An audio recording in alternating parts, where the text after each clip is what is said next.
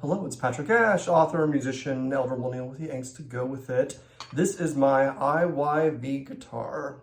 Get a close look at it. I did take the pick guard off. A couple things I didn't mention in my original video discovered is like if you see the paint like here, goes over the binding a little bit.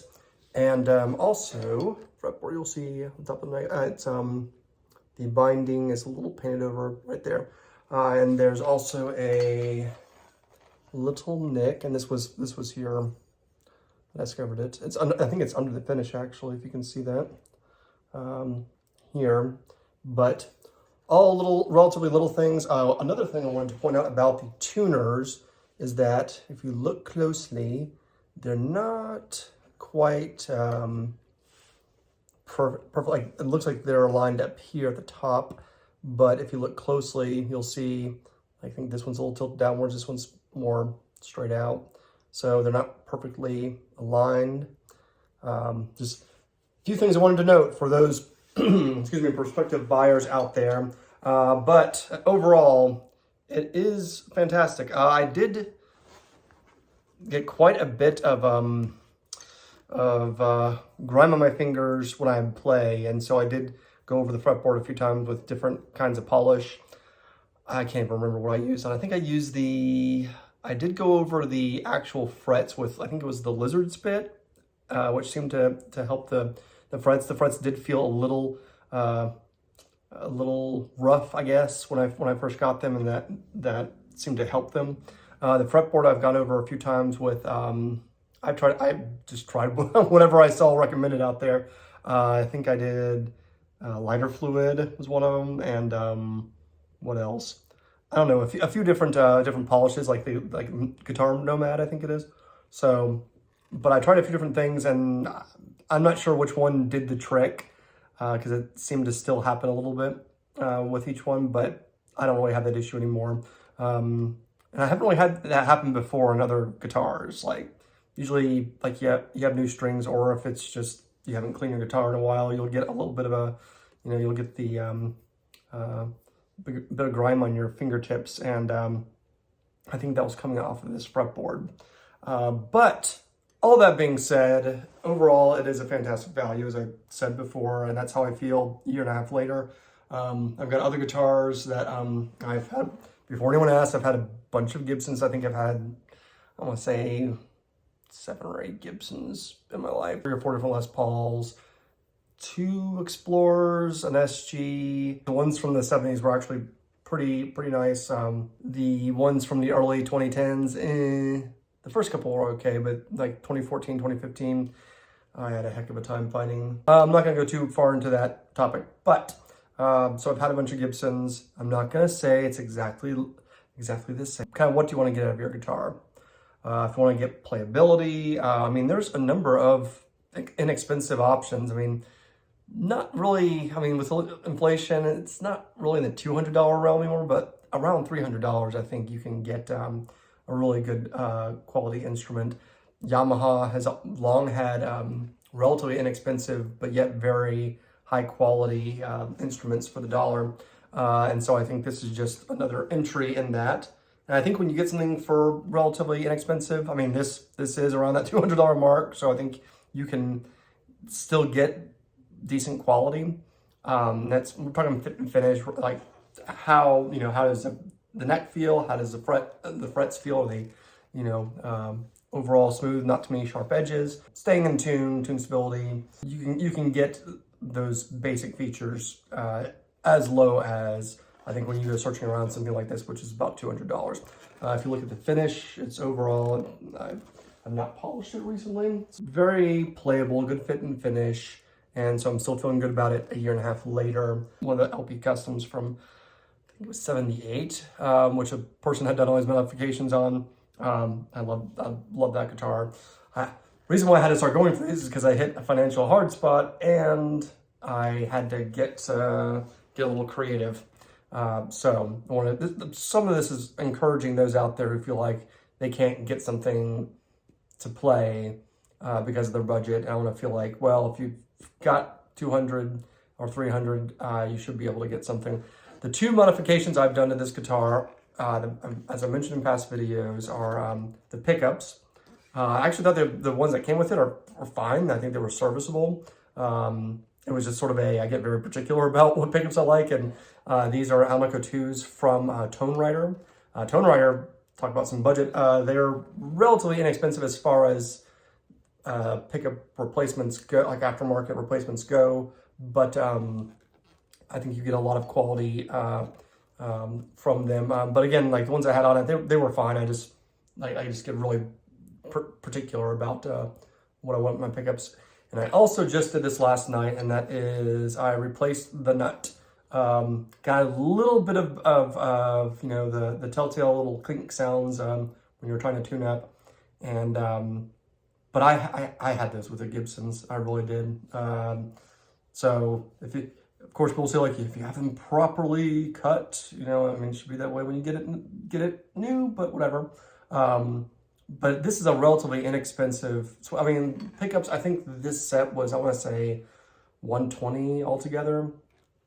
I got the guitar. What I got was $174. It's about, I think, $205 now. But so the pickups were about $120 for the pair, and this getting a new nut, it's relatively inexpensive. This is the Graph Tech, the Tusk XL, I think it's called, and this I want to say it was like 15 bucks, 17 bucks, something like that, pretty cheap. And I really like it thus far. The tuning stability is better, because when I had it before, I would still get a little bit binding. The binding at the number where you hear those little clink sounds when you're tuning, and then when you bend, you know, you'll, you know,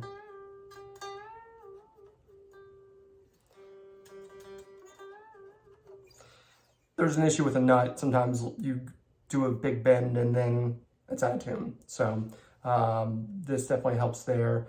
Again, it was like $15, $17, and it's a relatively easy to do modification too. There's videos out there. You really have to get good measurements on this replacement nut. I think people on Amazon were saying get the 43 millimeter. I went with the 42. I think it measured out to be like 42 and a third or something like that. But I went with the 42 to get it slightly smaller, which that seems fine. It was a little low though in the cavity where the old nut was. If you look very closely, you'll see my answer for that. Since I'm not a luthier, I'm just a player like the rest of you, was to take, I have old business cards. So I measured out and cut like a little slim so I could fit. I think I put 2 strips overall, and then I put another little one on the high E because that one was right up against the fret, so that definitely had to be raised. There are dumbasses out there on the internet who say things like the nut height is always correct. You have to make sure the slots are correct, or there's nothing wrong with your nut at all. If there's something wrong with your nut, then something's wrong with your tuner or your bridge. Oh God, I say this as an internet commenter person, but there's a lot of bullshit out there. So just, you know, get different perspectives and go with what seems accurate. When I got this nut, it was sitting in this cavity a little low, so much so that the high E was against the fret, so I use those little strips to bring it up a little bit. I just use a little bit of all-purpose glue. I mean, it was from the dollar store, very cheap. You can hear some of my widdly using, for my clean sound, I have Deluxe Memory Man, the mini chorus from Analog Band, and a compressor from Electrode. So I can turn this off so you can get the clean sound by itself, but of course that's more of the pickups than it is the guitar.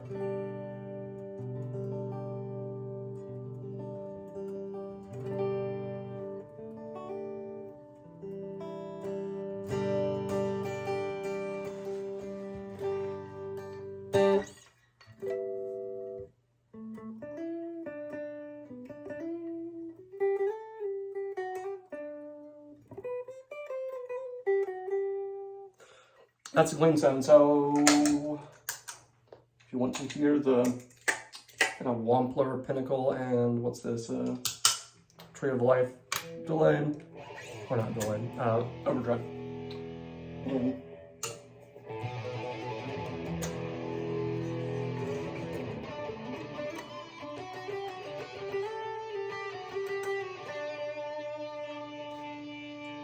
Turn it up.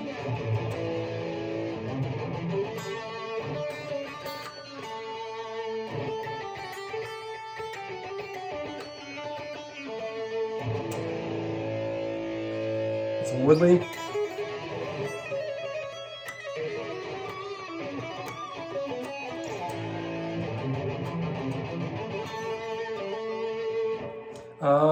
That's the bridge. This is the neck.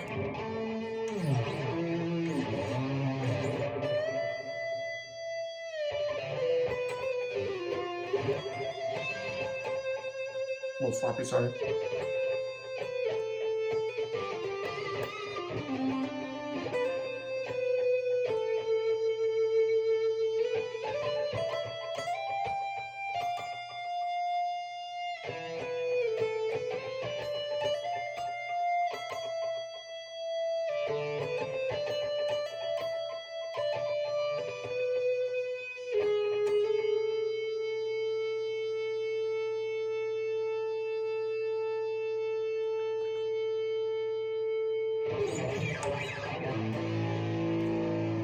Nice to stay in there, huh? It's a little bit of bits of Gary Moore I like to play, but yes, still doing well after a year and a half. Been pretty reliable. I think it's a good value for the cash. So if you're looking for a good option, yeah, $174 again. Pickups you're hearing, Tone Rider pickups for $120. I love Almaco 2s. I don't know why people say you need to have higher output and it needs to, like, these are lower output, but as you can hear, you can get a good little crunchy or distorted sound, I think. And if you want something at the nut, I think the Tusk actually makes it acoustically, if you could hear that earlier.